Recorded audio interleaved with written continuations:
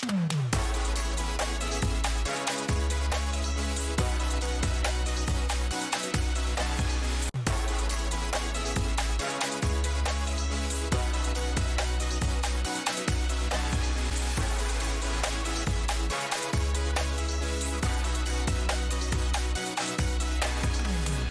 bonjour à tous et merci d'être avec nous comme tous les jours, du lundi au vendredi à 12h30 et jusqu'à 14h. On va recevoir dans un instant un architecte du PLG, mais aussi auteur, Frédéric Angèle, bonjour. Bonjour à vous. Frédéric Alexandre Angèle, il faut préciser. Un peu plus tard, on aura deux invités de l'Agrocampus, Madame Valérie Mordelet et Monsieur Ismaël Affoy, conseiller principal de l'éducation. Chantal Loyal sera aussi avec nous, puisque Difikaku et son festival créole continue. On fera un petit focus avec Diolo et Elo Douce, puisqu'il y a une conférence qui est prévue. Diolo, qui est chercheur indépendant en linguistique et aussi auteur de WUSCAM 1 et 2. Pour l'actualité, c'est la mobilisation dans le secteur de l'éducation, puisque vous le savez, aujourd'hui, les écoles pratiquement fermées. Enfin, on n'a pas encore tout à fait le taux d'absence, mais il y a eu une mobilisation pour un décret qui, visiblement, ne satisfait pas l'ensemble du corps enseignant. Les journées portes ouvertes de l'EJC Business School, et on en parlera tout à l'heure aussi, puisque la CCI essaie de, comme on dit, de porter manœuvre à ce niveau-là pour cette école. Au retour de Wayne, coup de cœur du concours de voix d'outre-mer, il y a ce Guadeloupéen qui a réussi là-bas à gagner ce concours, on va en parler. Et puis c'est l'élection du roi et de la reine du carnaval, Michel de Papeete, là. Voilà un peu le sommaire, merci d'être avec nous. On commence tout de suite avec un petit focus sur la mobilisation dans le secteur de l'éducation. C'est un reportage de Maxime Morel, c'est tout à l'heure. Il est hors de question que ce décret ne soit pas modifié, sinon complètement réécrit. Tout en ne nous offrant pas les conditions de travail nécessaires pour la réussite des élèves, les collègues qui se trouvent malades, qui se trouvent en congé de longue maladie, se voient frappés par un décret qui, tout simplement, supprime 67% de leurs 40%. C'est un décret qui a été pondu en France, hexagonal, qui s'approche et qui parle à tout le monde, tout un chacun. Or, nous ne nous reconnaissons pas dans ce décret. C'est un décret discriminant parce qu'il est hors de question que nous acceptions que les collègues qui sont déjà en maladie soient financièrement impactés. On est en train d'enfoncer encore davantage des collègues qui sont malades, des collègues qui n'aspirent qu'à guérir, des collègues qui ont des problèmes de santé et on leur demande de rembourser quelque chose alors qu'ils n'étaient même pas au courant. Ce décret qui est un véritable coup de poignard dans le dos donné par l'État français aux fonctionnaires, je dirais, de l'État de Guadeloupe, Martinique, Guyane et Réunion, nous disons qu'il faut qu'on le réécrive et il faudrait absolument qu'on puisse revenir à la normale. Je rappelle tout simplement que les 40%, c'est une majoration de traitement qui nous a été octroyée au regard de la vie chère en Guadeloupe et qu'il est hors de question, comme partout ailleurs, que nous acceptions de voir nos salaires rognés alors qu'il s'agit de personnel encore plus fragile que ceux qui sont déjà dans les établissements en grande difficulté. Pour le moment, on n'attend rien du recteur. Parce que le recteur, de toute façon, n'a pas l'autorité qu'il faut pour pouvoir supprimer ce décret-là. Alors, ce n'est pas lui qui va changer le décret, mais ce sera juste, pour une fois, le facteur, le relais de ce que nous allons lui demander. Mais ça devra aller très, très vite. On n'est pas là on n'attend rien du tout. Pour les départements et territoires d'outre-mer, c'est un décret qui impacte trop nos collègues malades. Donc, il n'est pas question pour nous de l'accepter. Voilà, donc l'État, à ce moment même de la situation dans l'éducation nationale en Guadeloupe, les enseignants se sont mobilisés, je vous l'ai dit, c'est peut-être pas fini, puisque le décret est toujours à l'heure du jour, d'autant plus que, on le sait, pour la rentrée prochaine, il va y avoir un certain nombre de suppressions de postes, et là non plus, les enseignants n'en sont pas d'accord. Et je veux quand même rappeler que dans le secteur des fonctionnariats français, les enseignants sont les plus mal payés du secteur et pour ça, le gouvernement n'a jamais accepté de revoir un peu les choses. On en parlera, on en reviendra. Alors, je vous l'ai dit, on reçoit Frédéric Alexandre Angèle, il est architecte des PLG de la Guadeloupe, mais c'est aussi quelqu'un qui réfléchit, qui sur le pays. Il y a quelque temps, il avait fait une rencontre justement sur la Guadeloupe, qui j'en ai fait pour Haïti, bien plus loin, et il a sorti un ouvrage qui est disponible déjà dans toutes les librairies. Il n'est pas dans toutes les librairies, il est disponible à la librairie Point Les Romoul et sur Internet. Et sur Internet, on peut voilà. le commander. Ça s'appelle Un programme pour l'avenir. Alors, c'est un essai citoyen entre mémoire sous ses propositions. Alors, c'est assez étonnant quand même qu'un architecte, bon, peut-être vous êtes un architecte de l'avenir, écrive ce genre d'ouvrage. En fait, il faut savoir que la profession d'architecte, c'est une profession qui est censée accompagner tous les décideurs et toutes les personnes qui ont en charge la configuration et la mise en place de l'urbanisme au service du public. Oui. Voilà. Et donc, et c'est à partir de ça, de ce point de vue-là, que vous avez essayé de voir un petit peu plus loin sur la situation. Alors, globalement, avant d'entrer dans le détail même de l'ouvrage, quelle est la vision que vous avez de la Guadeloupe d'aujourd'hui, de 2025-2026, en tant que Guadeloupéen? La vision, c'est la vision d'un territoire qui a beaucoup de retard au niveau structurant et beaucoup de déficience au niveau structurel. La vision aujourd'hui n'est pas pessimiste à 100%, je reste optimiste, mais il y a quand même beaucoup de critères à revoir pour pouvoir améliorer les choses. Et à mon sens, rien n'est encore figé et je pense qu'en se mettant tous au travail, d'ici 5-10 ans, on pourra mettre les choses dans une direction qui, à mon avis, pourra convenir à tout le monde. Oui. Alors, vous écrivez quelque part, encore l'eau, bien sûr, c'est un terrain de rivalité institutionnelle. Pendant des décennies, la gestion a été morcelée sur une vingtaine de syndicats intercommunaux. Et puis, il y a un syndicat qui a été créé, pourtant, on a le sentiment que les choses n'avancent pas. Je pense que c'est un problème de vision au niveau des syndicats de l'eau. Et c'est un problème de concertation réelle entre les usagers de l'eau et les décideurs. On est obligé de constater que ce qui a été mis en place jusqu'à présent n'a pas répondu aux demandes des usagers. Certaines personnes n'ont pas d'eau, certaines ont de l'eau une fois de temps en temps, certaines ont de l'eau de façon récurrente, de façon courante, mais l'eau n'est pas de bonne qualité. Aujourd'hui, on est sur un territoire qui est entouré d'eau. Et quand même, c'est un territoire... Ne manque pas un Guadeloupe. C'est un territoire qu'on appelle l'île aux belles eaux. Oui, bien sûr. On s'appelle l'île aux belles eaux. C'est quand même paradoxal de se retrouver dans une situation où on a des rivières, malheureusement polluées, et on n'a pas toujours de l'eau dans le robinet. Et cette situation-là fait écho quand même à une autre situation qui est relativement gravissime, c'est la situation au niveau de l'assainissement. Et ça aussi, c'est un domaine sur lequel il va falloir se pencher parce que ça a une conséquence gravissime sur nos activités, quelles qu'elles soient. On en parle, l'actualité en a parlé il y a quelques temps, la plage du Gosier qui était contaminée, la baignade était interdite. Bon, voilà, ça c'est dû encore à des problèmes d'assainissement.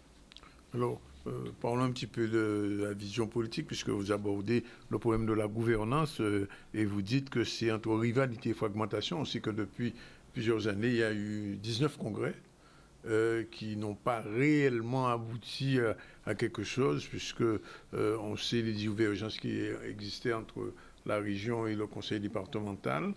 Et nous sommes là en période d'élection municipale. Vous écrivez que la Guadeloupe dispose d'un échelon régional et d'un échelon communal. Les communes sont au plus près des habitants, ça on le sait. Et pourtant, j'ai eu l'occasion de discuter avec d'autres confrères. On craint que cette année, au niveau des élections, il n'y ait pas eu, qu'il y ait une abstention assez forte, alors que traditionnellement, les élections municipales, du fait de la proximité, c'est 60% à peu près. Les autres élections étaient à 30% de participation. Comment vous voyez les choses? Alors, je pense que la participation des électeurs dépend de l'image et de l'image qu'elle reçoit des candidats et des élus. La considération que les personnes reçoivent fait qu'ils sont plus ou moins mobilisés. Et à mon avis, la plus grosse problématique que nous avons au niveau politique, structurel et structurant, c'est la problématique des clivages entre tel ou tel candidat, tel ou tel parti.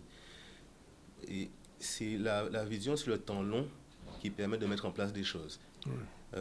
Chacun peut dire qu'il est capable de faire ceci ou cela pendant 5-10 ans. Maintenant, est-ce que le candidat qui se présente après lui et qui prend la place après a la capacité de poursuivre ce qui a été mis en place et de se faire entourer, de se faire accompagner par les techniciens qui sont capables? et d'éviter de prioriser le clivage politique vis-à-vis de son prédécesseur. Oui. Mais de votre point de vue, quelle serait la bonne solution, entre guillemets, la bonne entre guillemets? Alors, la bonne solution, c'est une très bonne question. On a chacun des solutions à mettre en place. Oui. Moi, j'ai mon idée, je ne sais pas si c'est la bonne solution, Oui. mais je pense qu'il faut que les candidats soient capables déjà de démontrer qu'ils savent faire des consensus. Oui. C'est pas si on Ça, c'est le plus gros problème en Guadeloupe. Voilà, c'est-à-dire que montrer à sa population que nous sommes 10 candidats, nous avons réussi à mettre en place un consensus qui nous permet d'avoir 2 candidats avec les 2 visions vraiment bilatérales. Oui. Et chacun des candidats va rassembler la vision de 5 candidats et pour répondre au maximum des demandes de la population. Je pense que c'est une solution qui est pas mal.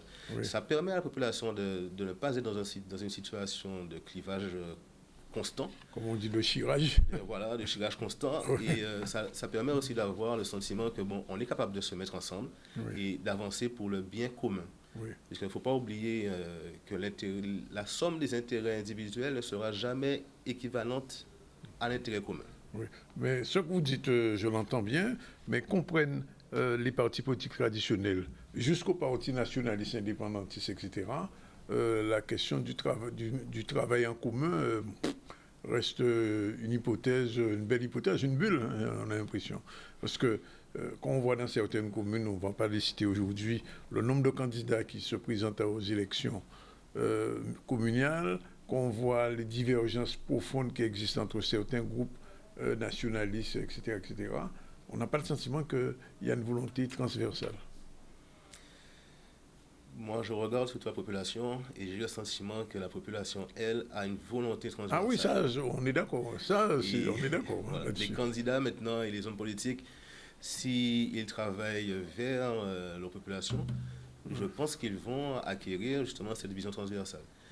Je ne pense pas que 100% des élus soient dans la même dynamique. Je pense quand même qu'il y en a qui sont... Je dis, certes, non, effectivement, il y a des élus qui ont une vision pour leur pays, pour la Guadeloupe, mais d'ailleurs, vous avez fait une remarque qui est intéressante, le dirigeant politique et chef de famille, une comparaison critique.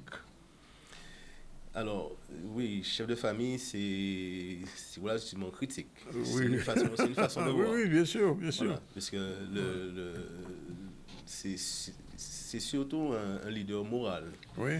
Et c'est pour ça que justement, dans l'ouvrage, je parle beaucoup de la morale, puisqu'il y a plusieurs morales à mettre en place. Oui, bien sûr. Et chaque dirigeant doit mettre en place une morale selon le cadre dans lequel il exerce. Oui. La morale d'entrepreneur, par exemple, c'est une morale que chacun peut partager, quel que soit son niveau dans l'entreprise. Oui. On ne faut pas penser que la morale d'entrepreneur est uniquement la morale du dirigeant d'entreprise, du chef d'entreprise. Voilà, c'est la morale de l'entrepreneur qui doit être ancrée dans chacun, qui fait que l'entreprise, dans son entièreté, va aller de l'avant. Je pense qu'il faut transposer ça, pareil, sur les municipalités, où qui est une morale commune, puisque là, c'est la commune, une morale commune, qui entraîne toute la population, y compris son équipe municipale, le chef d'identité, vers un objectif commun. Quand on a un chef de famille, son objectif, c'est que sa famille aille de l'avant et que tout se passe bien. Donc, parler de chef de famille, c'est aussi ça. Par contre, le chef de famille est aussi celui qui peut réprimander. Oui. Sauf que là, quand on est maire, on n'est pas censé réprimander sa population. On est censé l'accompagner. Oui, mais on est en proximité quand même. Hein. Voilà. Par rapport à un député ou un sénateur, le maire, quand même, il est vraiment... en proximité. Oui, en proximité. Voilà, c'est ça. C'est-à-dire que l'idée, c'est vraiment... quand on parle des cas de violence qui ont eu lieu, on parle beaucoup de répression et de sanctions. Oui. Alors qu'il aurait peut-être fallu parler de prévention en amont. Oui, bien sûr. C'est là que... un bon chef de famille, un bon père de famille, lui, il va prévenir, il va éduquer ses enfants, les emmener vers une émancipation. Éviter les excès. Et voilà, et éviter que ça dérape. Vous avez rencontré des élus récemment, en fin de place aussi de votre ouvrage? Des élus, j'ai rencontré, oui, mais pas forcément par rapport à l'ouvrage. J'ai rencontré des candidats avec qui j'ai pu échanger. Des candidats, oui. Avec qui j'ai pu échanger, à qui j'ai pu communiquer justement certains éléments de ma vision, et avec qui j'ai pu justement revoir déjà ma position sur certaines choses que je n'ai pas écrites parce que ça reste une vision politique qui est relativement personnelle, mais en tout cas, ça permet aux candidats de voir qu'il y a d'autres propositions qui sont possibles et d'ouvrir le champ de vision vers des techniciens qui ne sont pas forcément consultés, mais qui pourraient apporter des choses, notamment sur la rédaction des programmes de chaque liste et sur l'accompagnement durant les mandats. Nous sommes chacun expert dans sa profession et quand on a la chance d'avoir plusieurs experts autour de soi, on peut faire en sorte que les projets puissent aboutir et ne pas prendre 10 ans, 20 ans, 30 ans, alors que ça pourrait prendre 1 an, 2 ans, 3 ans. Alors, depuis quelques semaines, régulièrement, dans les établissements scolaires, il y a des déprédations, des écoles des collèges qui sont attaqués, qui sont cassés, etc., etc. Est-ce que vous avez le sentiment, puisque vous parlez de pédagogie citoyenne, est-ce que vous avez le sentiment que la citoyenneté a progressé en Guadeloupe ou elle est en train de régresser? J'ai le sentiment que la citoyenneté est dévoyée, elle est déviée, notamment vis-à-vis de ce qu'on reçoit de l'extérieur.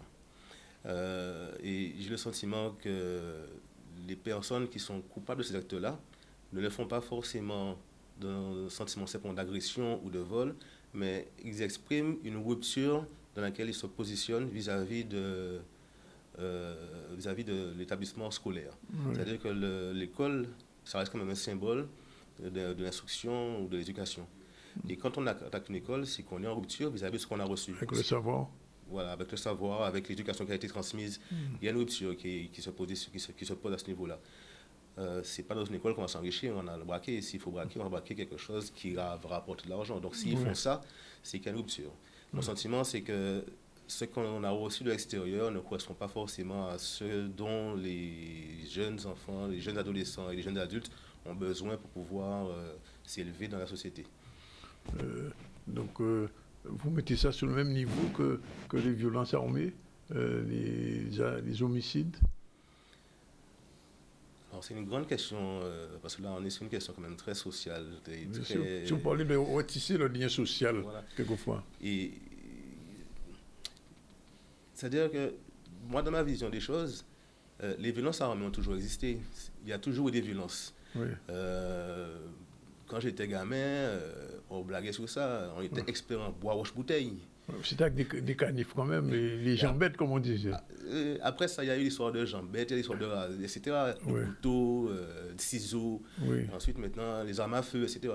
Mais plus le temps passe, plus on se rend compte qu'il y a une morphologie qui tend à représenter une violence qu'on perçoit au niveau de la télévision, au niveau de l'Internet, etc. Oui. Ça c'est pas forcément ce que nous, on a chez nous. Oui.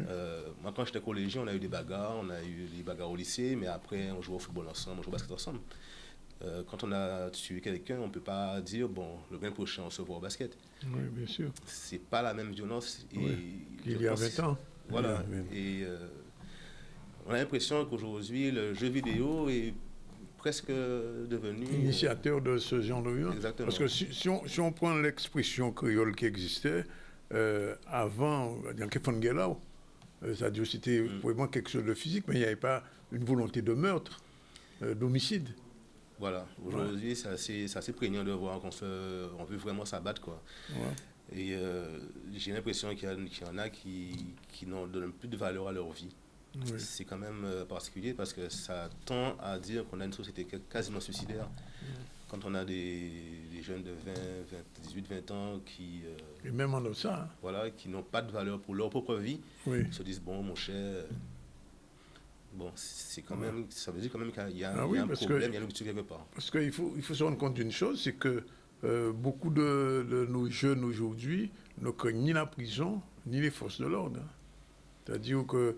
Avant, il y a quelques années, encore un gendarme ou un policier, ça effrayait un jeune, mais plus aujourd'hui. Aujourd'hui, un jeune, il va en prison, pour lui, c'est tout à fait normal, il a fait ça, il va en prison, et puis il en ressort, mais il ne ressort pas apaisé. Mais la question se pose aussi de qu'est-ce que la prison? On rentre aussi dans un bouillon de culture. Voilà, de débat, c'est-à-dire... Est-ce que la prison, c'est si facile que ça? Est-ce que la prison permet de réinsérer des gens? Est-ce que la prison a une image suffisamment sévère pour empêcher qu'on ait envie d'y entrer? Récidiviste, oui. Voilà. Ouais. Est-ce que C'est ça. Voilà. Et aujourd'hui, il n'y a pas seulement le jeune qui a été en prison, il y a aussi le regard de la société. Oui. Aujourd'hui, les gens ne sont plus choqués d'avoir telle ou telle Quelqu'un qui personne va, soit un élu ou qui a autre. été en prison. C'est Ouais. comme, La voilà. prison est devenue. Ça s'est banalisé, quoi. Voilà, ils ont un bracelet. Ouais. Voilà, l'ancien président qui avait un Ouais. bracelet, qui a fini la prison. Bon, c'est dommage, c'est triste. Mais on a aussi des cas où on a des personnes qui devraient être exemplaires et qui commettent des actes plus que répréhensibles. Ouais. Et comment est-ce que ces gens-là peuvent représenter un exemple à suivre pour une jeunesse qui finalement va vous dire, mais moi j'ai fait ça, mais lui il a fait pire et on lui a rien fait. Donc Alors, sans le dire réellement, mais vous avez parlé un petit peu des réseaux sociaux et de leur influence sur nos jeunes. on a, voilà, le réseau social, c'est un terme qui est assez particulier. C'est un peu comme quand on parle de logement social. Oui, Quand on a un logement, c'est forcément social. oui, bien sûr. Et on a catégorisé un type de logement en disant logement social. Le réseau social, c'est pareil. Quand on est en réseau, c'est forcément des personnes qui sont en réseau, donc c'est social. Mais justement, on se retrouve dans une situation où le réseau social désocialise des personnes et les met en contact avec des images qui sont en rupture avec notre propre société. Ouais. Donc, est-ce que le réseau est toujours social? Ouais. Ça, c'est une autre question. L'idée sociale. Voilà.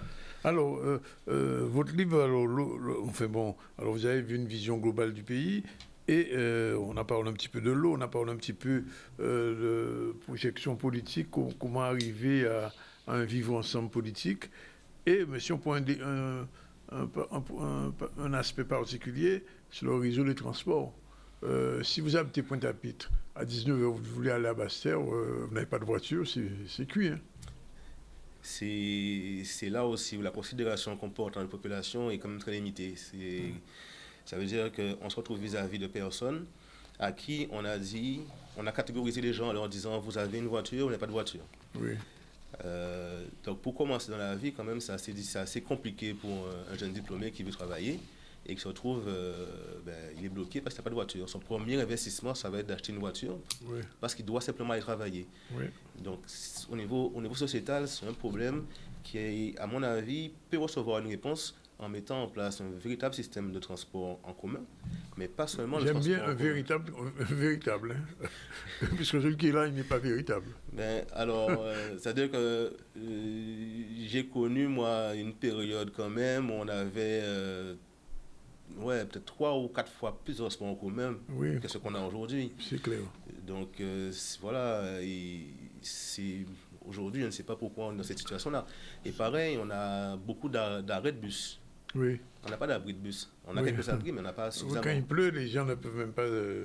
Même s'il ne pleut pas quand on est au soleil. C'est quand même difficile d'être au soleil. Hein. Le soleil. On attend un bus pendant 1 heure au soleil. Au soleil, bien sûr. On a chaud, on transpire. Et il n'y a pas d'horaire particulier en plus. Voilà, on est sous nos aléas. Ouais.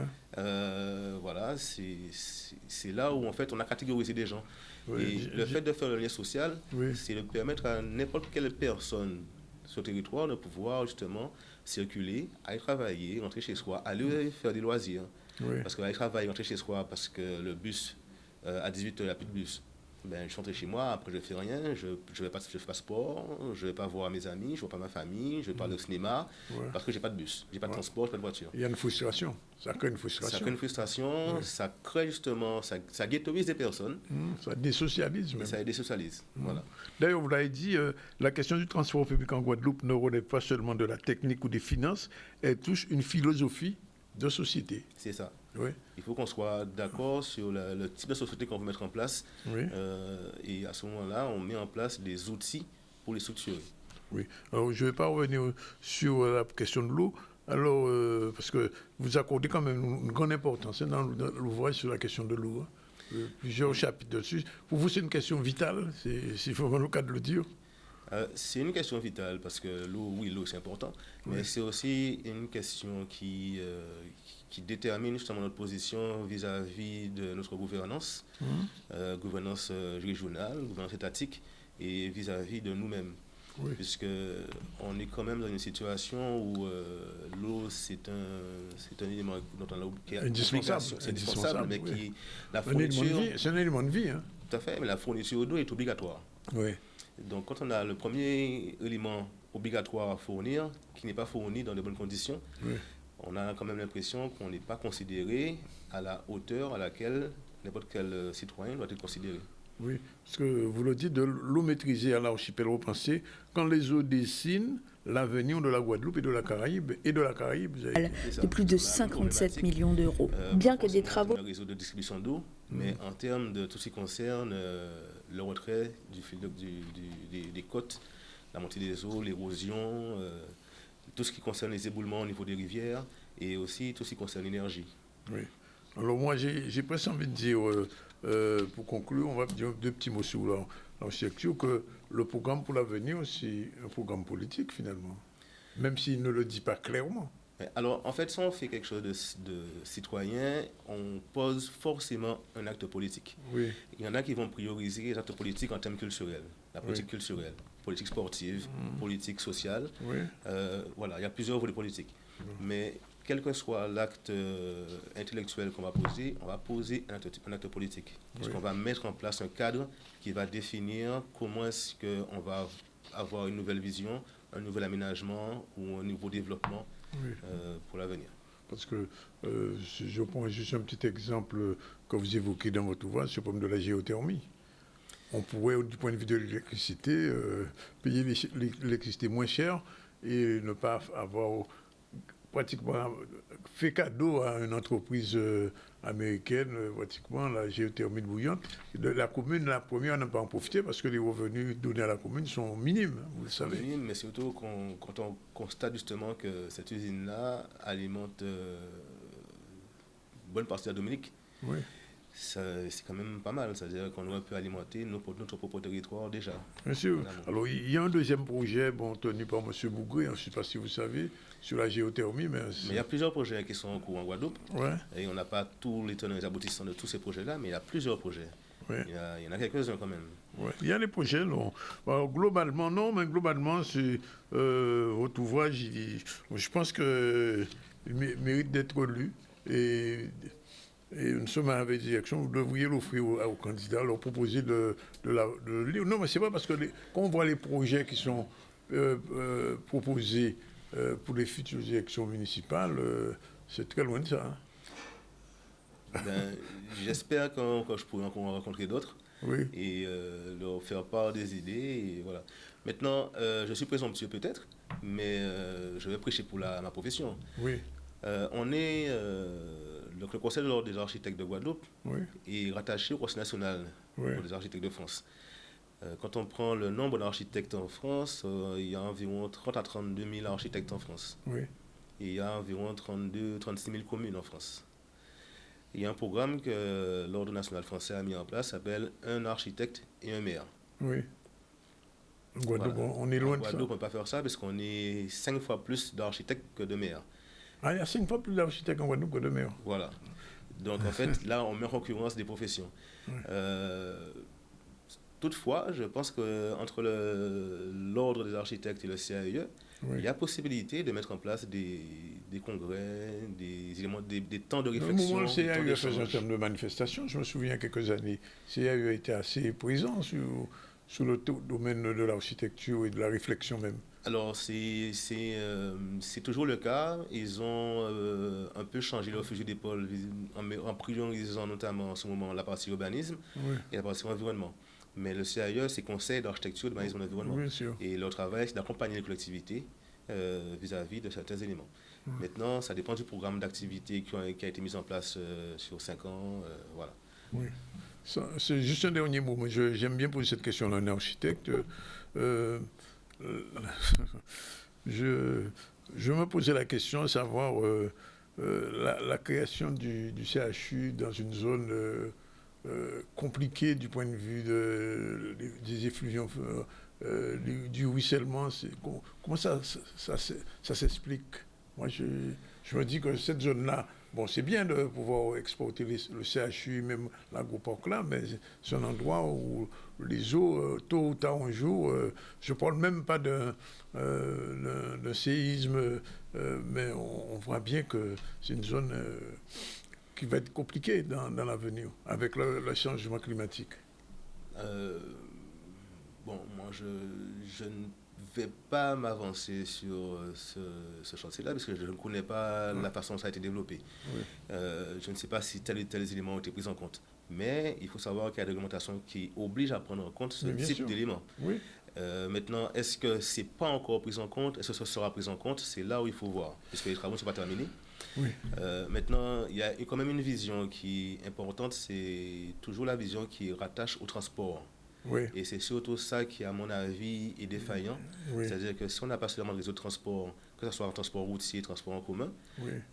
c'est dommage d'avoir centralisé justement un centre hospitalier à un point, Oui. alors qu'on aurait peut-être pu dispatcher certains éléments d'urgence. Oui. Voilà. Et ça, c'est une vision qui ne peut être mise en place que si les transports sont déjà en amont mis en place. Oui. C'est pour ça que je parle de défaillance structurelle Oui. et de retard structurant. Si la structure, ce structurel n'est pas encore mise en place, on ne peut pas en vouloir au projet de ne pas être suffisamment structurant. Ok, vous voyez bien qu'on a un programme pour l'avenir. En tout cas, ceux qui nous regardent, qui n'ont pas cet ouvrage, que peuvent l'avoir par le net, c'est ça que vous avez dit? Vous pouvez commander alors sur Amazon, mais sinon vous pouvez vous rapprocher de la librairie Point Lire. Le Point Lire sur Moule, c'est ça? Voilà, ouais. Et aussi à l'Olo Pays, à Monalo. D'accord. Voilà. Il n'y a pas de signature prévue pour l'instant? Le 7 mars, il y a quelque chose qui va se mettre en place. C'est en train de se mettre en place, notamment le 7 mars. Oui. Et on a déjà fait des signatures à d'autres endroits. Et on tiendra au courant pour aller suivre les réseaux et les informations. Je ne demanderai pas de vous communiquer les informations. D'accord, merci en tout cas d'être venu. Frédéric Alexandre Angèle, un programme pour l'avenir, un essai citoyen. Donc vous pouvez l'obtenir au Point Lire au Moule pour l'instant ou alors par Amazon. En tout cas, c'est un livre intéressant sur la situation de la Guadeloupe qui décrypte un petit peu. Il va peut-être manquer, mais enfin ce sera peut-être un deuxième ouvrage, la partie culturelle, peut-être qui n'a pas été... je parle un peu de musique et de sport. Oui, oui, j'ai vu. Mais la partie culturelle, c'est un domaine qui est quand même très pointu. Oui. Et qui est insuffisamment traité à mon sens. Oui. Et je pense qu'il ne faut pas y aller de façon superflue. Oui. Il faut aller dans le fond des choses. Dans le fond. Et c'est un travail sur un temps long. Oui. Voilà. Merci d'être venu en tout cas. Merci de m'avoir invité. Et à très bientôt, on attend la suite comme on dit. Voilà, il est 13h passé, oui 13h02, on prend la première pause, on se retrouve avec nos prochains invités, l'Agrocampus, Ismaël Foy et Valérie Mordelet. À tout de suite.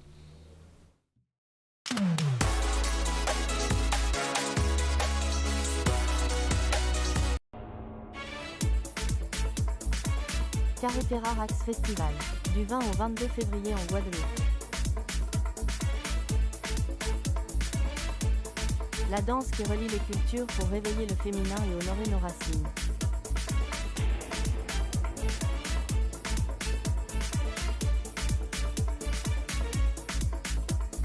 Heures de transmission avec de la danse indienne, du Moyen-Orient et d'Égypte. Des artistes invités, un grand show multidanse pour célébrer la diversité d'ici et d'ailleurs.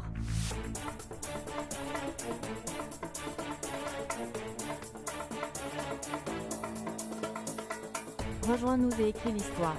20 au 22 février. Ah bon? Oui, oui. Mais tu as un forfait vraiment élargi. Eh bien oui, j'ai de la chance. Oui, bon, bref. Je suis appréciée en ce moment par M. Visible.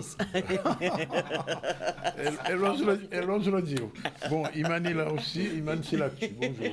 Oui, bonjour. Au niveau de l'actualité, on a parlé du secteur de l'éducation avec cette mobilisation qui a déjà commencé. On va rester dans l'éducation et parler de l'ECG, donc Business School, qui a organisé ces journées portes ouvertes pour parler des formations, des débouchés professionnels et de l'accompagnement offert.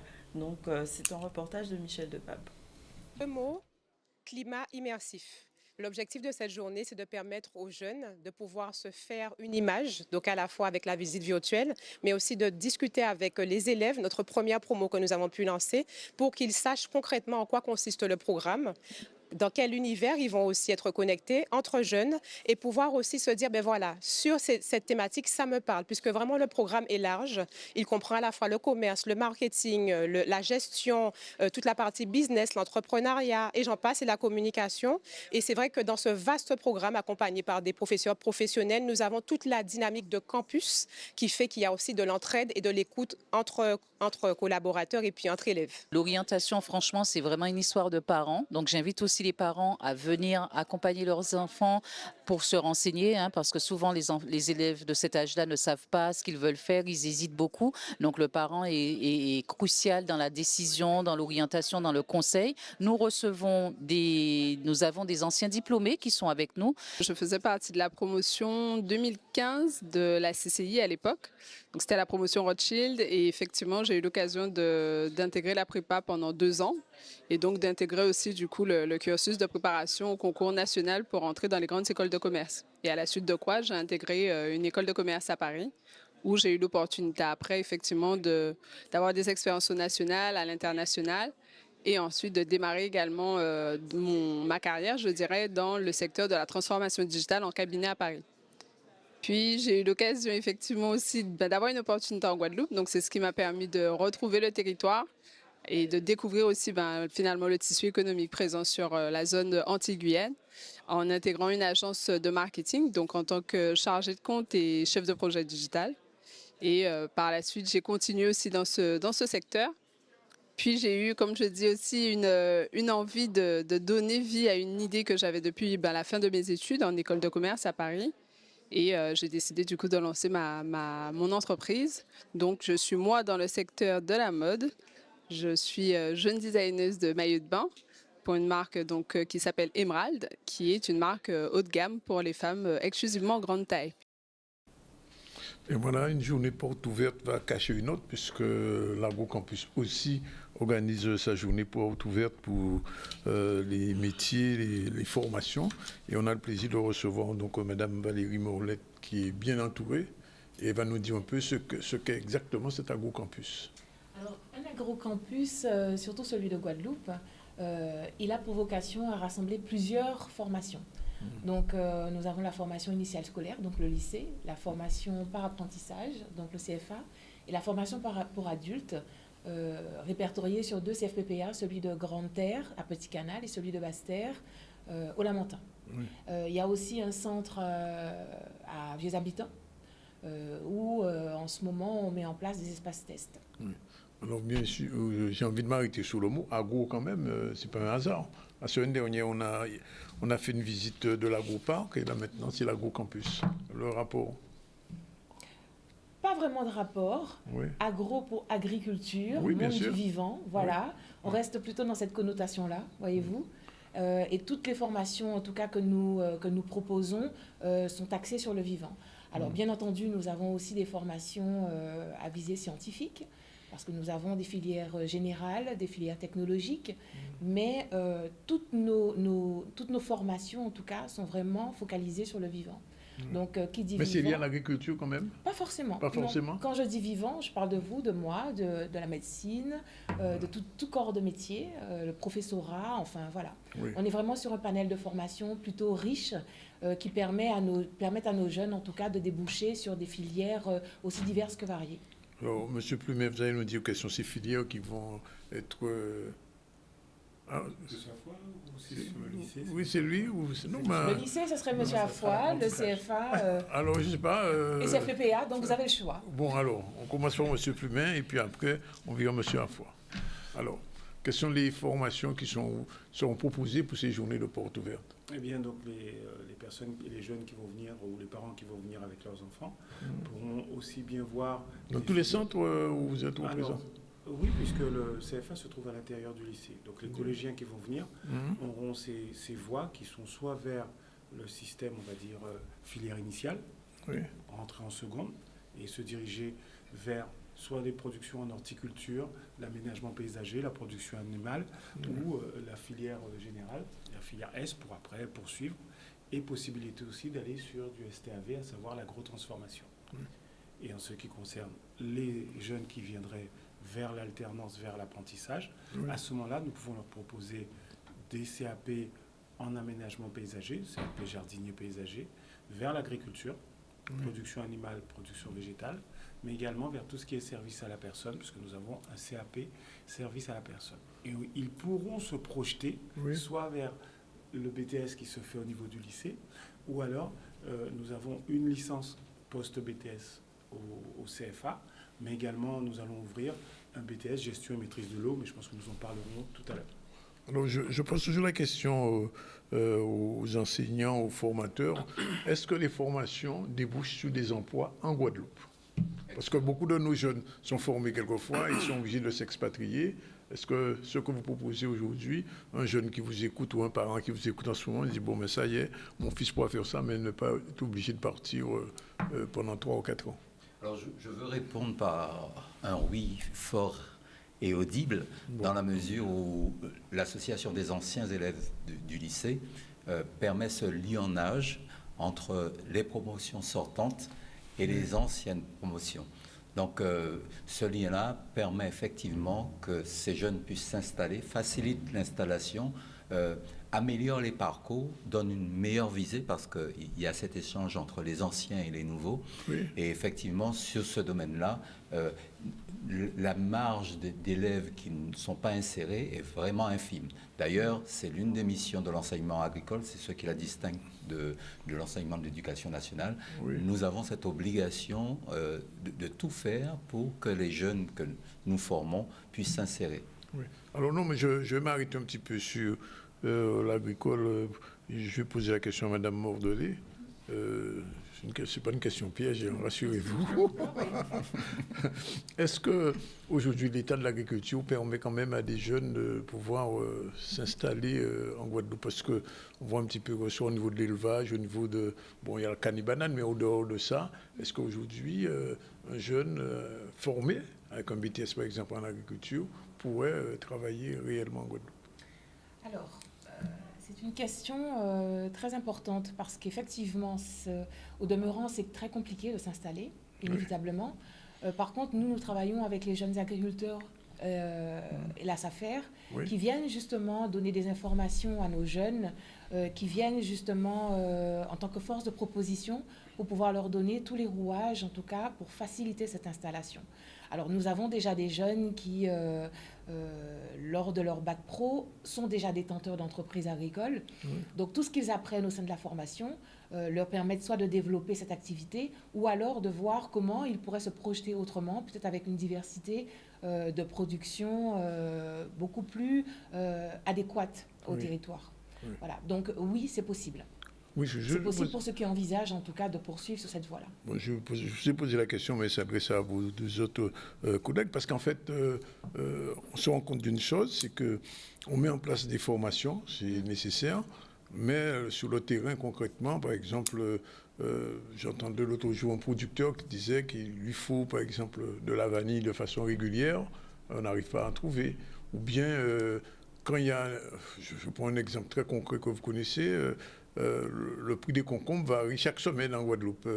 Pourquoi? Parce qu'on ne trouve pas de façon régulière et organisée, justement, cette agriculture du Guadeloupéen. Et on voit tout ce qui sort de l'extérieur. On est obligé de... Bon, il y a eu le problème des citrons, bon, on est au courant, mais pas que. Donc, est-ce que on sent, pendant cette journée de formation, il y aura un petit peu de, j'ai envie de dire, de projection pour permettre de structurer un petit peu mieux les choses. Parce que le dernier mot, c'est que des anciens, enfin des agriculteurs seniors disent que les jeunes n'ont plus envie de faire ce job. Alors les jeunes, j'ai envie de dire que tout est à relativiser. Les jeunes qui n'ont plus envie, c'est parce qu'il y a une méconnaissance du métier. Oui. Parce que très souvent, on a tendance à faire penser à nos jeunes, justement, que l'agriculture, ce n'est que la terre, c'est la fameuse bêche, c'est voilà, le coutelas. Oui, oui. Sauf que non, on n'est plus dans ce côté un peu archaïque de la chose. On est vraiment dans une agriculture un petit peu évolutive. Oui. Donc un jeune qui a une exploitation, il a tout à fait la capacité de choisir la production qu'il veut avoir sur son exploitation. Oui. Il n'est pas forcément obligé de faire du maraîchage. Quand il a du terrain. Quand il a du ça, c'est un autre problème, ça. Oui, ça, c'est encore une autre question. Mais lorsqu'il a du terrain, il n'est pas obligé de faire que du maraîchage. Il peut faire de la polyculture élevage. Enfin, voilà, il y a une diversité, il y a un panel de formations qui leur permettent justement d'axer plus facilement sur le type la typologie de production qu'ils veulent avoir. Alors, ce que vous dites là aujourd'hui, j'imagine que pendant les journées de formation, ça va être le discours ambiant. Tout à fait. Mais j'aimerais parler de l'autre côté, parce que la pièce a deux côtés. Bien sûr. Et l'autre côté de la pièce, c'est que l'enseignement agricole ne conduit pas qu'à l'agriculture. C'est clair, c'est clair. Donc, ça aussi, c'est un schéma souvent qui est vendu. Oui, voilà, que quand on vient à l'enseignement agricole, c'est forcément pour être agriculteur. Non, il y a tout un panel d'autres métiers qui peuvent venir et qui peuvent s'emboîter. Par exemple. Alors, nous avons des vétérinaires, nous avons des médecins, nous avons des pharmaciens, nous avons des enseignants. Des biologistes aussi. Oui, autant de métiers constitutifs du monde agricole, mais qui ne sont pas des agriculteurs, oui, en finalité. Ouais. Et ça, c'est intéressant parce qu'en fait, ce sont des gens qui sont du milieu et qui viennent aider d'une manière, avec une démarche scientifique, pour que nous soyons productifs et rentables. Donc ça, c'est important. Et au-delà de cela, il y a aussi, au niveau donc, de l'agrocampus, une lecture, et on remercie ceux qui nous dirigent, une lecture de la formation agricole en Guadeloupe. Et de par cela, on essaie de répondre au mieux à cette demande-là. Parce que ce qui était vrai, Madame le disait tout à l'heure, il y a 50 ans, ce n'est plus les mêmes besoins. Et j'en veux pour preuve aujourd'hui, l'un des problèmes de notre actualité guadeloupéenne, c'est le problème de l'eau. Et on y a réfléchi, on l'a pensé. Là, tout à l'heure avec M. Frédéric Angel, c'est un gros problème, c'est une grosse problématique, ça. Et M. Plumin, à la direction du CFA, avec ses équipes, se sont penchés dessus. Et il y a une offre de formation qui sera une offre nouvelle pour la rentrée prochaine. Dites-nous deux mots, M. Plumin. Il y a donc l'agrocampus et le CFA. Donc nous envisageons d'ouvrir, nous sommes préparés à ouvrir à la rentrée prochaine un BTS GEMO, gestion et maîtrise de l'eau. C'est un BTS qui aura pour vocation de former donc des jeunes pour tout ce qui tourne autour des métiers de l'eau, mais aussi sur la préservation de l'écosystème, puisque l'eau, nous la prélevons bien quelque part et qu'il faut s'en inquiéter.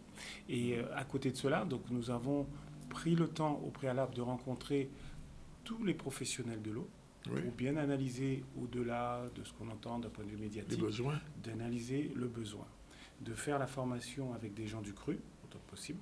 Ici, nous allons ouvrir probablement sur la Martinique en termes de candidats, mais en tout cas des gens du cru qui connaissent le territoire, qui vont être formés en partenariat, donc c'est dans le cadre d'apprentissage. Donc il y aura un maître d'apprentissage et qui vont pouvoir par la suite intégrer directement des structures déjà existantes qui sont demandeuses. C'est pour ça qu'on les a rencontrées et un certain nombre de ces structures se sont déjà positionnées pour prendre des apprentis. Parce que pour poursuivre, il faut savoir qu'on a pris le temps de voir quelle est la pyramide des âges au niveau de ces structures. Et on a une pyramide des âges élevés, il va falloir remplacer un certain nombre de personnes qui vont partir en retraite. Et donc nous allons arriver 2 ans, parce que c'est une formation sur 2 ans, nous allons arriver avec ces jeunes qui seront prêts à participer justement à cette organisation pour remettre un peu cette problématique-là et la réarranger, faire en sorte que nous ayons une distribution de l'eau correcte pour l'ensemble des concitoyens. Je reviens vers M. Affoy. Est-ce que dans les formations par rapport à ce que vous dites, l'agriculture, c'est pas seulement les faire de la banane et de la canne, est-ce qu'il y a une formation dans les remèdes rasiers? Alors là, c'est tout à fait pertinent et ça aussi, ça nous a interpellés. Donc souvent, nous avons des spécialités. Alors, je vais en parler, ce que nous faisons au niveau du lycée et ce que nous faisons sur l'agrocampus. Au niveau du lycée, en bac technique, STAV, nos jeunes travaillent dans de vrais labos. Donc, en fait, on ne théorise pas. Ils travaillent dans de vrais labos avec des profs compétents et ils apprennent à, comment dirais-je, mettre certaines molécules de côté, à domestiquer, à maîtriser des molécules et pour pouvoir véritablement, sous les remèdes rasiers, aller en avant. Alors, quelques exemples. Pendant une période, on a parlé de farine de fruits à pain. Mais nous étions précurseurs dessus, mais on n'a pas déposé de brevet. Oui, voilà. Sur pas mal de molécules sous lesquelles nos jeunes ont travaillé, nous n'avons, parce que la démarche, ce n'était pas une démarche entrepreneuriale. On était, dans une démarche pédagogique. Et il y a des choses qui nous ont échappé. Donc, c'est pour ça que je ne veux pas tout évoquer, parce que je crois qu'il faut que progressivement, qu'on apprenne à associer les deux. un petit peu à l'américaine, quoi. Oui. On est dans l'enseignement, mais aussi on est dans la rentabilité. Oui, il faut du business, on ne peut pas faire voilà. de l'agro s'il n'y a pas un débouché concret. Alors ça, c'est l'aspect pour nos jeunes au niveau du lycée, mais hors du lycée, l'AgroCampus a aussi de la formation pour adultes, la formation continue, et eux aussi, ils apprennent à produire, donc à faire pousser d'une manière réelle ces plantes qui constituent le vivier, oui, de ce que les gens n'aiment pas certaines fois, parce que j'ai des spécialités, c'en est pas une, mais je sais bien que telle feuille permet à telle chose, etc. Et le peu de connaissances que nous avons et que nous partageons, eh bien, il y en a d'autres au niveau des équipes pédagogiques, parce qu'on a des gens dans notre équipe, c'est pas pour leur envoyer la fleur, mais c'est une réalité, qui sont des docteurs reconnus et des gens brillants, et qui, de par ce fait, dispensent ce savoir-là pour que l'héritage commun, ces remèdes rasiers, pour dire d'une manière plus populaire, puisse être produit au niveau de notre pays. Bon, écoutez, on espère que ces journées portes ouvertes seront bien ouvertes. Oui. Sous l'avenir, surtout. Sous l'avenir. Le vendredi 6 à partir de 8h. Oui, à partir de 10h. Oui. Le lieu précis. À partir de 8h. Lycée agricole. À Convenance. Oui. Ouvert aux jeunes, aux parents. Exactement. Oui. Et aux établissements scolaires, aux jeunes, à leurs familles. Oui. Est-ce que le lycée agricole, vous tenez compte du parcours sup aussi, quand même? Oh, bien sûr. Oui, bien sûr, puisque nous sommes en plein dedans. Tout à fait, exactement. Donc ce sera peut-être l'occasion pour ce sera un moment d'échange avec les familles pour pouvoir bien construire les parcours en tout cas de leurs jeunes. Bien, on vous remercie d'être venu. Revenez quand il y a d'autres informations de ce type-là. Parce que on ne sait pas suffisamment, non, mais je dis ça, on ne sait pas suffisamment ce qui se fait. Et derrière, on entend, oui, bon, mais pas rien qu'a fait un pays là, etc. Donc, il faut communiquer. Oui, il y a des équipes actives. Et si M. Zandonis le permet, nous attendons 300 élèves. Oui. Et nous espérons, je dis 300 élèves, je ne compte pas les encadrants. Oui. Donc, il y aura pas mal de monde vendredi 6 au lycée, de 8h à midi. Oui. Et la porte est ouverte. Oui. Les portes sont ouvertes. Voilà, nous aimons penser que ça laissera des souvenirs et que ça fera naître des vocations. On l'espère aussi pour le pays, pour la Guadeloupe. Merci en tout cas d'être venu. Merci à vous. Ça va, madame? Parfaitement. Vous êtes bien sortie? Oui, parfaitement. Bon. Vous êtes vivante? Oui, tout va bien. Donc la prochaine fois, venez sans stress. Voilà, il est 13h30. Non, vous inquiétez pas. On prend une dernière pause. On se retrouve tout à l'heure avec notre invité qui est déjà là, Chantal Loyal, mais elle ne sera pas seule. Il y a encore Claudie Lombion et Diolo et l'autre de ça. Tout de suite.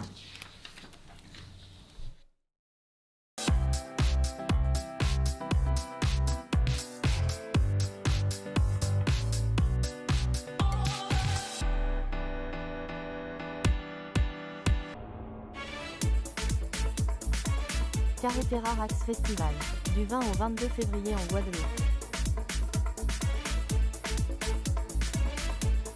La danse qui relie les cultures pour réveiller le féminin et honorer nos racines.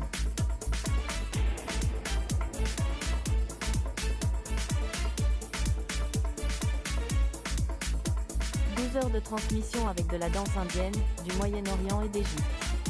Des artistes invités, un grand show multidanse pour célébrer la diversité d'ici et d'ailleurs.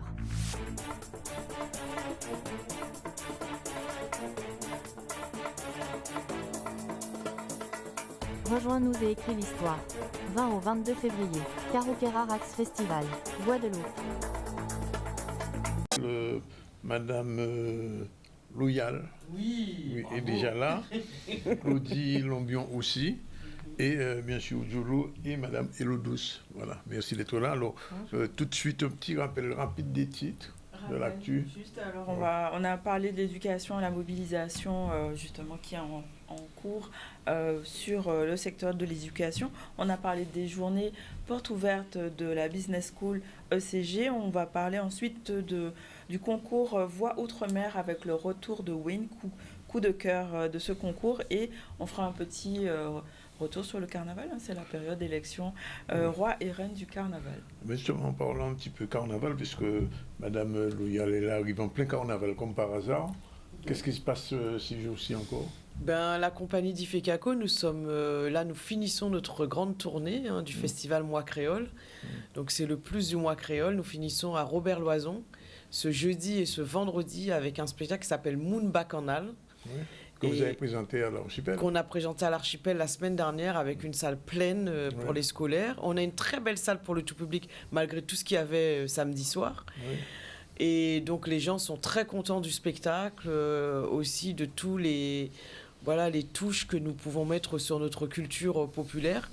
Et la compagnie a été visitée, Dunkerque, Biarritz.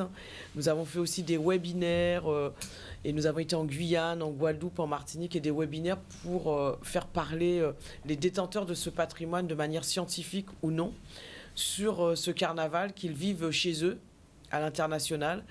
Et la compagnie en a fait une pièce chorégraphique. Et je dis à chaque fois que c'est une comédie musicale autour du carnaval.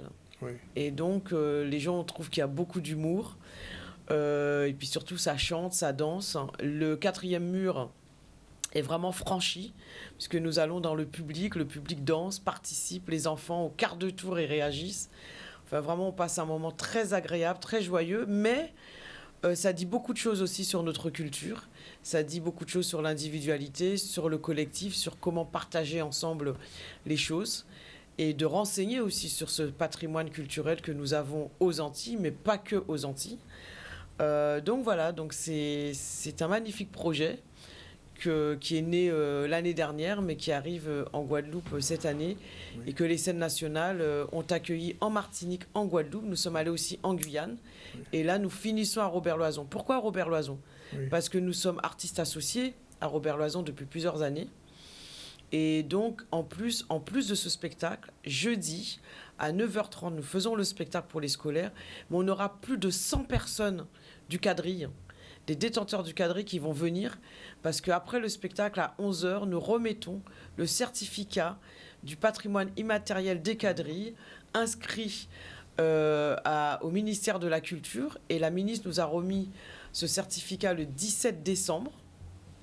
Et aujourd'hui, nous souhaitons le remettre quelques copies à des associations qui ont participé avec nous sur ce premier projet de l'inscription, mais surtout sur le premier projet du spectacle de la compagnie autour des quadrilles, et le remettre à certaines personnalités du quadrille qui ont fait aussi pour le quadrille. Et du coup, Madame Carabin, donc la maire du Moule, sera là pour remettre ce certificat avec la compagnie d'Ifekako et la présidente de la compagnie d'Ifekako. Et aussi le nouveau DAC de Guadeloupe, qui est à la direction des affaires culturelles de Guadeloupe, sera aussi présent à 11h pour qu'on puisse échanger avec les associations et leur remettre officiellement ce certificat en main propre. Et ils vont pouvoir faire des photos avec, on va pouvoir les interviewer. Donc on espère surtout que Canal 10 sera là. En fait, jeudi matin. Madame Loyal, vous êtes devenue la ministre de la Culture de la Guadeloupe. On essaye. En tout cas, j'ai envie d'être une ambassadrice. Et de faire tout ce qu'on peut pour la culture guadeloupéenne à l'international, comme on va dire le rapport avec l'Hexagone, puisqu'on est quand même, mine de rien, à 8000 km, ce qui n'est pas simple. Et du coup, comment on peut réduire justement tout ce qui est difficile en termes de continuité territoriale culturelle. Et je me bats pour ça depuis des années. Et donc j'espère que d'autres prendront le relais. Mais en tout cas, je garde encore la mission quelques temps et j'aimerais bien que des personnes se forment, continuent à faire le travail. Et je sais que c'est pas simple parce qu'à chaque fois que je viens dans le pays 2 mois, je me dis oh, qu'est-ce que c'est difficile. Mais je continue le combat parce que non, mais je suis une passionnée. Et j'adore notre culture. C'est-à-dire que voilà, je suis née en Guadeloupe, je suis partie à l'âge de 8 ans, mais j'ai jamais été aussi attachée. Et plus je vieillis, plus je suis attachée à cette culture et à ce pays où j'ai été arrachée. Voilà, et sans oublier que, puisque vous m'avez parlé de mon livre et que je vous ai dit qu'effectivement ça a été un kidnapping pour moi de partir de la Guadeloupe, et donc je raconte dans ce livre qui vient de sortir et que je vais dédicacer jeudi soir et vendredi soir. Donc jeudi soir à la médiathèque de Sainte-Anne et vendredi soir à la médiathèque du Moule à 18h30 pour les deux cette semaine, et la semaine prochaine le 10 avec la ville des Abines aussi à la médiathèque. Donc voilà, je souhaite aussi partager à travers ce livre, cet ouvrage, mon vécu personnel qui je pense représente beaucoup aussi de Guadeloupéens et Guadeloupéennes, et personnel et aussi artistique. Et comment tout cela s'est imbriqué au jour d'aujourd'hui. Donc venez nombreux sur toutes ces dates-là qui ont lieu ce jeudi et vendredi, et la dernière date de dédicace le 10 aux Abîmes. Alors, je vous pose une question pour faire le lien avec Joulou qui est là. Est-ce que c'est un moment de Kakima, vous pouvez répondre? Pour moi, Masla, c'est renversement à culture en nous, renversement en nous-mêmes, c'est-à-dire que bitin arrête ban nous voulons travail nous en quotidien nous doit qui respecter, et jouer à Masla, c'est qui j'en nous paie transformer nous, qui j'en nous paie libérer nous et aller à fond partager culture là ça et puis toutes ces mondes là. Alors, je vous donne une réponse à et moi, au dit prochain, il y a une conférence qu'a fait Bastet, à si problème à masse, justement, vous venez de manger Loulou, alors répondre Chantal, expliquer sans sa confiance à ça. Alors, débutin, alors, premier événement là, c'est jeudi, oui. Avec Zion Park, avec Elodie, c'est manifestation, et mercredi prochain, effectivement, conférence là, c'est que masse, bordel ou bien science sacrée. Et en réalité, là, c'est pour montrer qu'à masser réellement.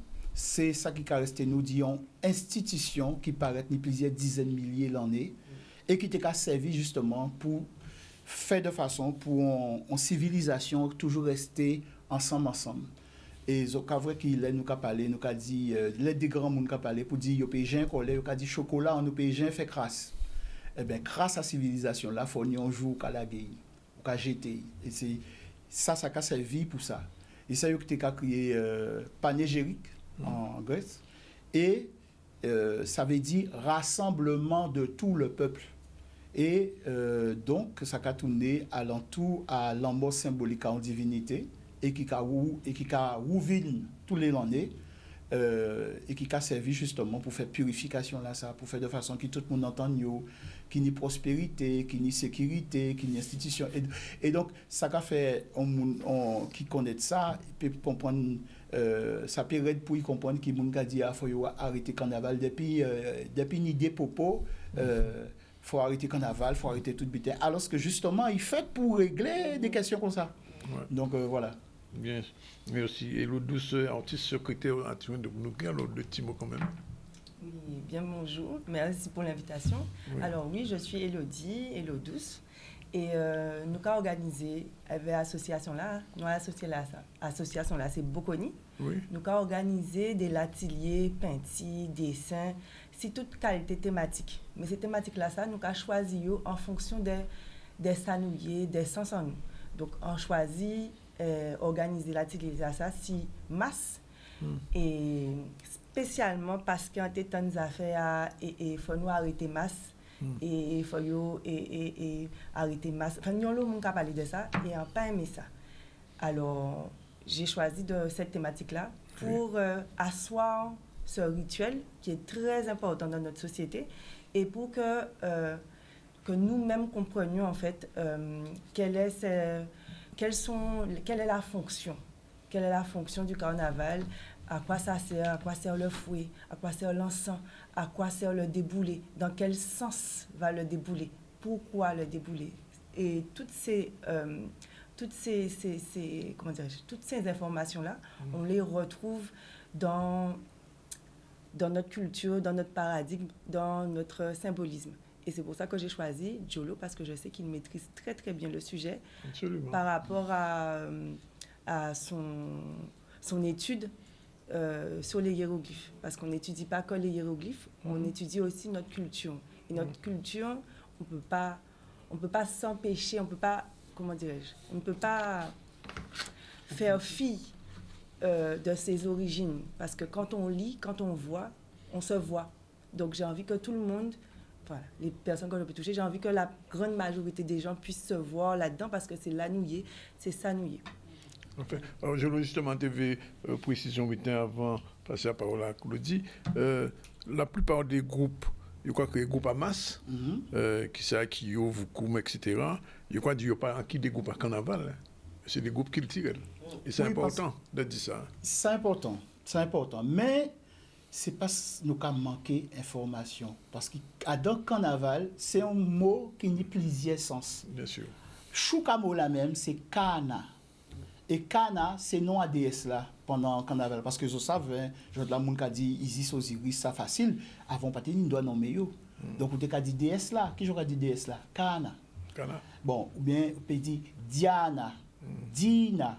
Bon, c'est pour ça, et en cas où, fait moun songer qui, ces griots là qui t'ont raconté ces histoires là, ça, ils ont besoin d'un seul mot. Et même mot là, ça, ils ont développer toute histoire là. Donc, l'anglais qu'a mot foisé avec temps là, mais mot Dina, mot Kana, c'est même mot là. Tina, et mot Kina qui s'est dansé là, qui ban nous mot begin. Mot Diana qui ban nous chanter à carnaval là. Oh ma Diana, joue la ka ouvert la game. C'est des là, hein. C'est faut parce que c'est lui qui amène la musique là. Et il faut demander autorisation pour entrer à Casa parce que l'ambiance là tellement bon, bah là pas envie rentrer à Casa mais joue ka ouvert. Bon. Et derrière ça, tu dis tout ça qui a tourné alentour à purification là. Parce que mot pour nommer l'encens là, c'est mot pour nommer déesse là, mais c'est mot aussi pour dire laver, purifier, nettoyer, comme tu as dit tout à l'heure là. Et son bitin qui est riche, et c'est une science sacrée. Et qui a fait nous toucher dimension, parce qu'il y a dans la langue en nous, il y a une langue sacrée. Mais ça va permettre de nous toucher fonctionnement à la langue sacrée là, ça qui a dans la langue là, nous va parler tous les jours là. Et ça va fait nous comprendre que c'est un outil, nous, ja, qu'à servir veille, mais nous avons besoin plus encore à danser dans la cavine là. C'est un point fondamental. Et c'est une institution, encore on dit ça, c'est une institution, c'est l'Égypte qui mène à dans plus grande dimension. Mais il ne faut pas encore que ça disparaisse. Il ne faut pas crier ça comme ça en Afrique. D'accord? Mais ces mots-là, on a fait un bon, on a construit. Et on a dit, Jésus-Christ même a fait carnaval. Puisqu'il a dit les noces de Cana, il va dire qu'il était. Mais c'est ça, les noces de Cana, c'est juste comme ça. C'est pourquoi il y a boire l'eau divin et tout ça, il y a raconté tout ça. Juste un dernier mot. Alors, donc, en finale de compte, Jodla en Guadeloupe, nous gardons plus longtemps grâce à Cana et à Carnaval là, que ces pays africains là, finalement, en finale de compte. Oui, mais c'est un genre normal, puisque c'est un rite religieux. Oui. Donc, il y a voir comme ça. Ils sont animistes, hein. Oui, mais attention, si on a cassé Yoruba là, on est en la société, les OJ, tout ça, il y a sorti en la rue, c'est même bitin là. Même bitin là. Voilà. Il y a déboulé aussi. Et il y a sorti masqué avec musique à tout bitin. On va c'est ça.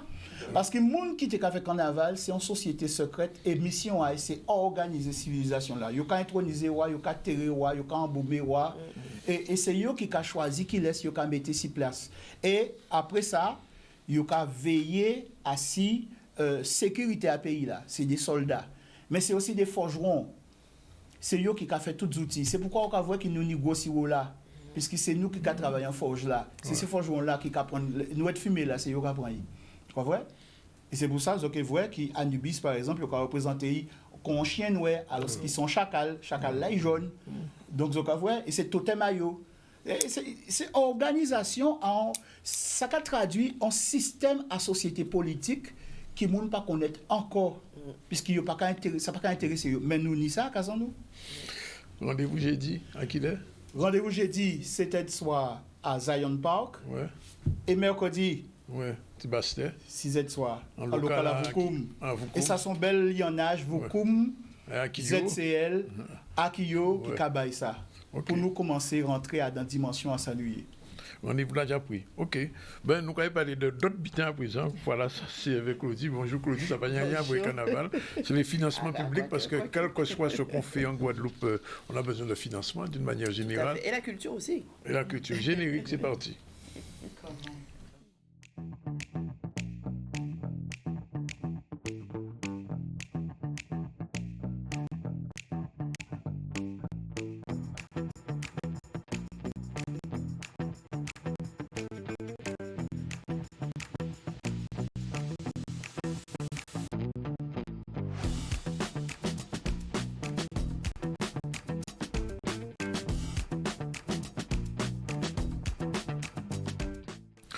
Voilà, Claudie, merci d'être là comme tous les mardis, tous les 15 jours, le financement public. Les clés, cette fois-ci, on va parler de fonds européens, FEDER. Oui, FEADER. Tu as la parole. Alors aujourd'hui, on va parler du 4e fonds européen qui s'appelle le FSE+. Oui. Alors c'est vrai que dans les chroniques précédentes, je vous ai présenté un peu l'ensemble de l'enveloppe des fonds européens disponibles sur le territoire. On a 4 fonds, pour rappel. On a donc le FEDER pour tout ce qui va financer les infrastructures, tous les projets structurants, les entreprises, la compétitivité des entreprises, l'innovation, la recherche. Le FEADER est vraiment le fonds dédié en fait à tout ce qui est projet agricole, mais aussi tout ce qui est services au niveau des territoires ruraux, notamment le programme Leader, on avait fait un zoom là-dessus. Le FEAMPA, lui, c'est un fonds qui est vraiment axé sur la pêche et l'aquaculture.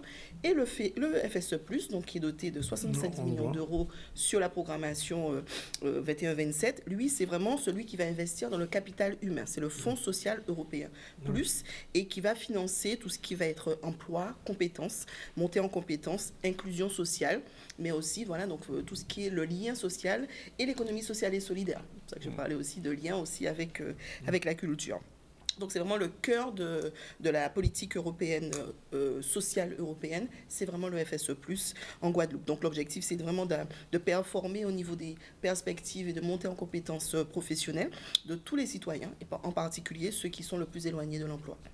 Alors le FSE+, représente quoi concrètement ?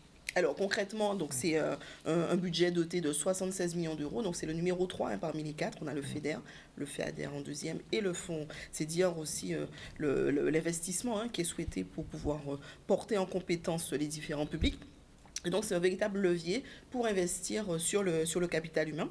Et donc, sur ce milliard de fonds, donc il représente, je le disais, 76 millions d'euros à peu près. Donc, il va axer 4 grandes priorités qui sont en fait le fait de la promotion de l'emploi et de l'économie sociale et solidaire, donc le fameux ESS, économie sociale et solidaire, pardon.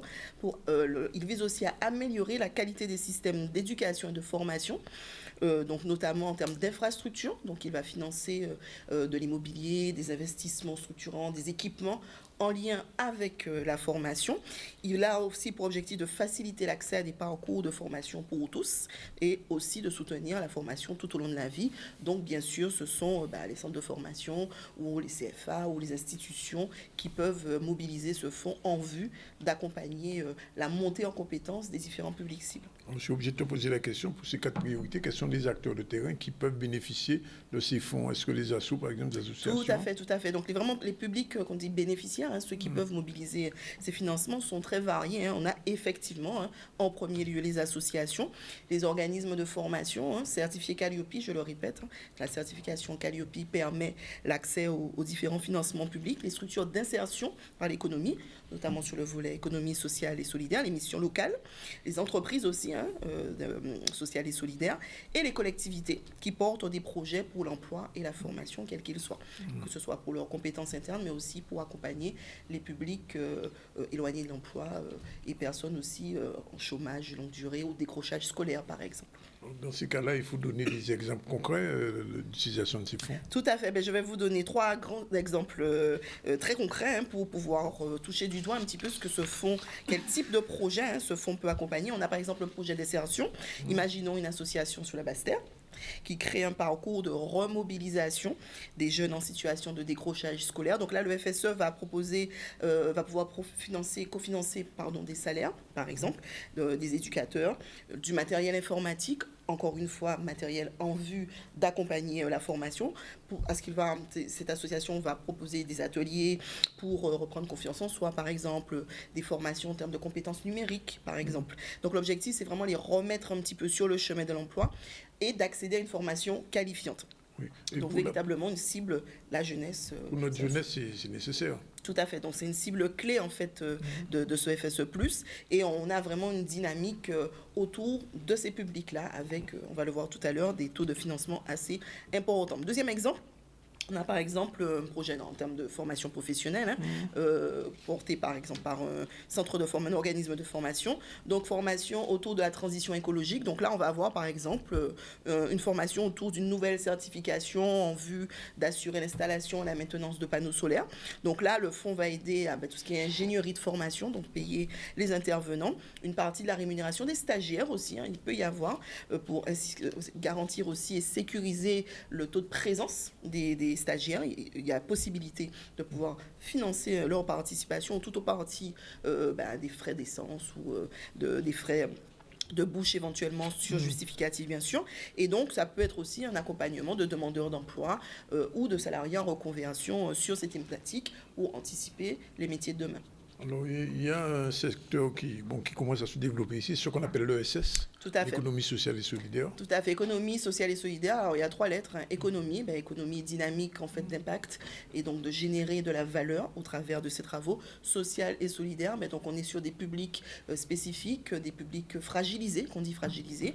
Les femmes aussi en font partie dans ces publics fragilisés. Et solidaire, puisque c'est la solidarité européenne et donc nationale qui se décline au travers de ces financements. Je prends un exemple par exemple d'inclusion sociale, de projet porté dans la thématique de l'ESS. Ce pourrait être un projet qui accompagne des femmes isolées ou éloignées de l'emploi, à créer une coopérative et à les former pour créer des produits artisanaux locaux qui pourraient être vendus. Donc, ce qui pourrait être financé dans ce cadre-là, ce pourrait être la formation à la gestion d'entreprise, au marketing digital, comment on utilise l'usage des nouvelles technologies, et pourquoi pas des premiers équipements de production pour valider un petit peu la fameuse preuve du concept quand on parle dans le domaine de l'innovation des startups. Donc, comment commencer à valider les produits qui seraient créés et commencer à travailler sur l'insertion au niveau du marché. Donc vraiment, c'est un fonds, ce type de projet qui a véritablement pour objectif de créer certes de l'activité économique, mais de recréer du lien social pour des personnes qui seraient véritablement isolées. Alors, le cofinancement, tu disais, est environ de 85%. Tout à fait, c'est l'un des fonds qui porte le taux sur quasiment toutes les mesures, pour ne pas dire toutes les mesures. On est sur un taux très important, avec un taux à 85% de financement du FSE+, sur les projets. Alors, c'est vrai qu'en général, les projets qui sont portés par le FSE, ils sont souvent cofinancés autofinancement du porteur de projet et FSE. Il peut y avoir la possibilité, pour certains projets, des porteurs de projets peuvent aller mobiliser des financements autres, régions, départements, collectivités, et ça peut monter jusqu'à 100%, par exemple, pour des associations, sous réserve qu'elles arrivent à mobiliser des financements complémentaires. Le FSE+ se positionnerait à 85%, et les autres viendraient compléter les 15% pour atteindre les 100%. Donc c'est possible d'avoir des projets financés à 100% sur les projets FSE+, sous réserve, parce que ça reste un levier important, 85% aller chercher les 15% par exemple sur 100 000 euros, c'est 15 000 euros à les répartir avec d'autres financeurs. C'est faisable, mais attention, je le répète, comme toujours, oui. Subvention égale remboursement. Oui. Donc, préfinancement. Donc oui, on peut aller être financé à 100 000 euros à 100%, mais les 100 000 euros, il faut les sortir et il faut les préfinancer pour ensuite et donc c'est avec l'acquittement de ces dépenses-là qu'on va pouvoir ensuite mobiliser ces 100%. Donc de toutes les manières, il faut identifier les moyens de pouvoir préfinancer les projets.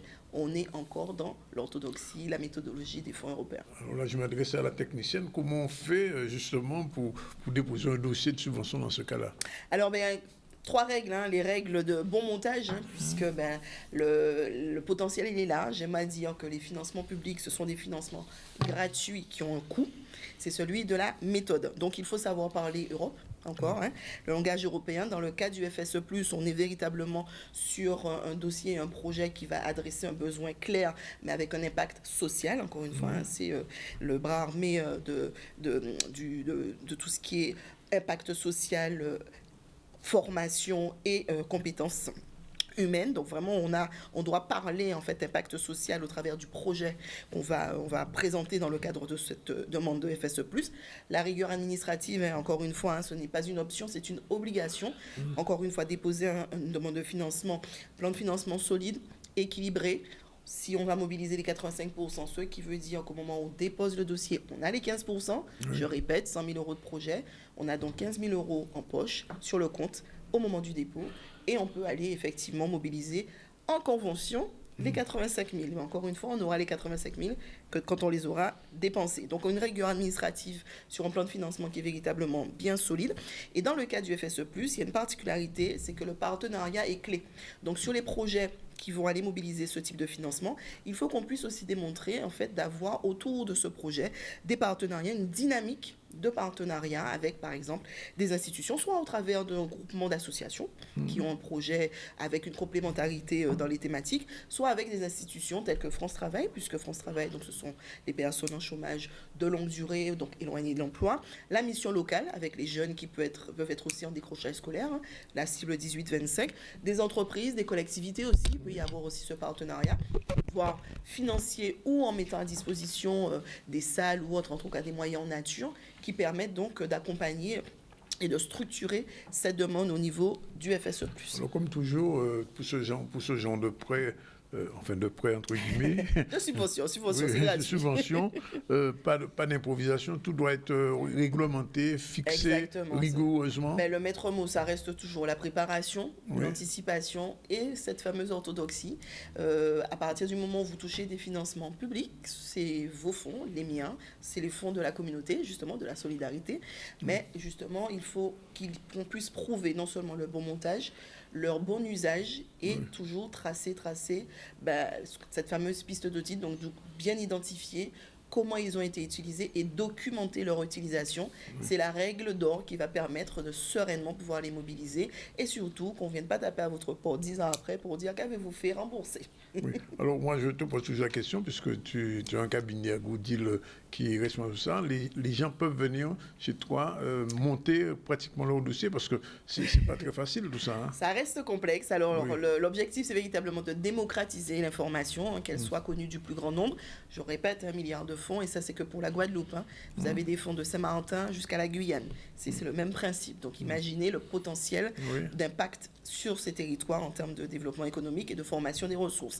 Donc en effet, le cabinet Agrodil qui existe depuis maintenant 22 ans, voilà, donc il est vraiment spécialisé et accompagne clé en main de A à Z en passant du montage à l'obtention de la convention et surtout à la mobilisation et au déblocage des fonds. Il y a ce qu'on appelle l'archivage qui permet de garantir que toutes les pièces du dossier sont bien complètes et que quels que soient les contrôles que vous aurez à 5, 6, 10 ans, c'est une vraie réalité. Il y a aujourd'hui des dossiers qui sont contrôlés a posteriori. Et que je sois là ou pas, vous serez extrêmement serein puisque les pièces seront en physique et en dématérialisé. Si jamais le serveur y plante, on est bien content d'avoir un petit exemplaire papier. Désolé, on est encore à l'exemplaire aussi papier qu'on double par sécurité pour accompagner les clients qui sont soit associatifs, collectivités ou entreprises. J'entends souvent dire, alors je te pose la question, mais je connais la réponse, que les fonds européens arrivent, mais finalement sont mal utilisés. Et ils repartent. C'est vrai ou c'est faux? Finalement, qu'on ne les utilise pas suffisamment aux Antilles. Voilà, alors en fait, c'est la technicité de la mobilisation des fonds européens. C'est-à-dire que ça reste des financements qui ont des règles strictes, avec un cadre qui est européen et qui a même un certain nombre de livrables à produire. Donc c'est vraiment la connaissance du bon montage. Et en effet, ce qui fait souvent défaut, j'ai été moi-même instructrice il y a 20 ans, c'est des dossiers incomplets. C'est-à-dire que ce n'est pas des mauvais projets. Ce sont des dossiers qui ne sont pas forcément bien ficelés, qui ne respectent pas cette fameuse orthodoxie, cette fameuse règle de montage, qui est une règle qui est peu connue, effectivement, puisque c'est vrai que cet accompagnement reste encore un accompagnement de niche, mais il faut absolument se démocratiser pour que cet accès soit facilité, parce que ces financements sont pour les projets à impact des territoires. Donc, en général, les dossiers souffrent surtout d'être pas correctement complétés. Oui, mais du coup, ce fonds, il est sous-utilisé. Parce que si ce n'est pas complété, ça veut dire que c'est refusé et que l'argent repart. Alors, est-ce qu'il repart? De toute ma carrière, je n'ai pas encore vu de dégagement d'office réel sur le territoire. Ça s'appelle le dégagement d'office quand ça repart. Par contre, oui, il y a un vrai bâton de pèlerin à prendre et c'est et je remercie encore Danick de cette opportunité que je fais tous les 15 jours pour expliquer aux gens, les fonds sont là, les services instructeurs sont là aussi, région, département, dans le cadre du FSE+, donc ce sont des lignes de partage entre la région, le département et l'État, donc la DETS. Donc n'hésitez pas, frappez les portes, allez-y, interrogez, demandez, les services sont là aussi pour ça. Nous, on est effectivement comme cabinet privé, mais les instructeurs et les services de l'État et de la région et du département font aussi leur part. Donc il y a aussi ce besoin aussi d'aller vers l'autre et de poser les questions. Avant de déposer un dossier, renseignez-vous sur l'éligibilité. Il y a beaucoup de dossiers qui sont déposés qui ne sont pas éligibles en fait et qui reçoivent des courriers de refus Parce que, par exemple, une des règles importantes qu'on a vues et qui est la règle fondatrice aussi des financements européens, on ne dépense pas, on ne dépose pas de dossier. Si on a commencé à dépenser les dépenses, ça fait tomber tout le dossier. Mais ça, c'est de la pure méconnaissance. Donc, on va arriver avec un très beau dossier, mais on aura déjà engagé ça, dépensé pour l'archi, si jamais c'est un projet de construction, ça fait tomber. Alors, dans certaines mesures, il y a des dépenses qui sont qu'on peut réintroduire, mais certains types de dépenses, une fois qu'elles sont actées, qu'elles sont engagées et payées, font tomber tout le projet. Et c'est de la méconnaissance pure. Voilà. Donc, il y a de quoi faire. Et en tout cas, les fonds sont là. Tapez à la porte et mobilisez-les pour le territoire. La prochaine fois que tu reviens, ce sera de quoi on parlera? Alors la prochaine fois, normalement, on devrait mettre en place, alors j'ai envie de mettre en place un nouveau talk sur le principe de la table ronde qu'on avait faite. Et sur la thématique, on sera au mois de mars, mois du droit de la femme, donc sur l'entrepreneuriat au féminin, comment on réussit sa levée de fonds. Ah oui, c'est lever des fonds. Ok, voilà. C'est dit. Merci Claudie. Merci. Alors, je rappelle, jeudi à qui est? Jeudi 17 soir. Oula. Zion Park, Pliane Gosier. Je suis même Pliane là, comme on dit.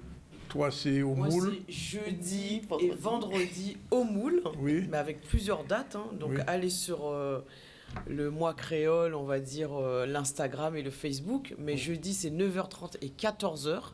Donc, c'est ouvert au public scolaire comme au tout public, et vendredi aussi au tout public avec un bacchanal augmenté avec l'association Correspondance, donc le soir à 20h. D'accord. Vendredi soir à Robert-Loison. Et Iman, c'est quelle date le festival? Karukera Rax Festival, ça va commencer le 19 puisqu'on rajoute une date, mais officiellement c'est du 20 au 22, stage, spectacle, et il y aura une conférence qui va bien.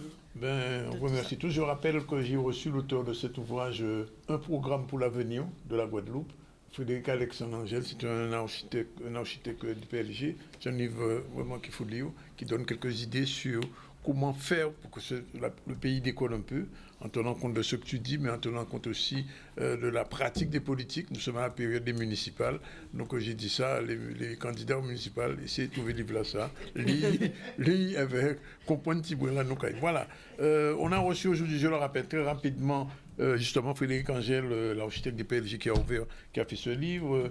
On a reçu des gens de la groupe Campus, Madame Valérie Mordelet, Monsieur Ismaël Avoy et Monsieur Plumet, qui donnent rendez-vous pour une journée porte ouverte. Ce sera vendredi au lycée agricole, et ils ont parlé de toutes ces formations qui auront lieu dans le pays et qui sont valables pour nos jeunes. Plus de 300 sont attendus. Donc, il y a plein de choses qui se font dans le pays, de manière à ce que ce pays décolle un petit peu, se soit construit. En tout cas, merci. Merci Iman, merci Madame Louia. C'est la dernière fois ou c'est l'avant-dernière? Je pense que c'est la dernière, sauf si vous me réinvitez encore. Mais...